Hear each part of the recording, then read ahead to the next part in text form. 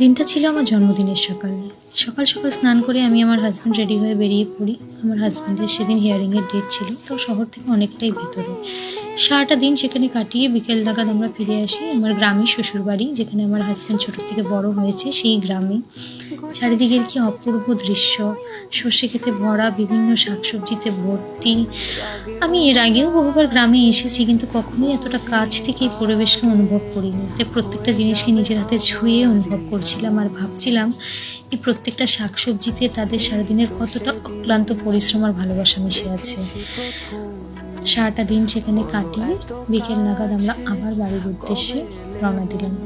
সবার সাথে বেশ সুন্দর আর একটা অন্যরকম দিন কাটালাম। জন্মদিনের দিনটা এতটা সুন্দর কাটবে, এতটা অন্যরকম কাটবে ভাবিনি।